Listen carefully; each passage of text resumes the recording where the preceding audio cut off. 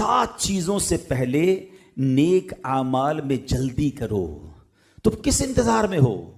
اب وہ 7 چیزیں کون سی ہیں؟ غور سے سنیے. آقا فرما رہے ہیں، فرمایا بھلا دینے والی محتاجی آ جائے، یا سرکش بنا دینے والی مالداری آ جائے، یا تمہیں کوئی مرض لاحق ہو جائے، یا عقل زائل کرنے والا بڑھاپا آ جائے، یا اچانک موت آئے، یا دجال ظاہر ہو جائے، یا قیامت قائم ہو جائے.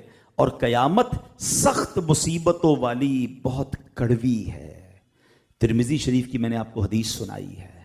کیا کمال کی باتیں. یہ 7 چیزیں کیسی ہیں؟ غور کریں. آدمی کیا کرتا ہے؟ کل کر لوں گا، تھوڑے دنوں بعد کر لوں گا.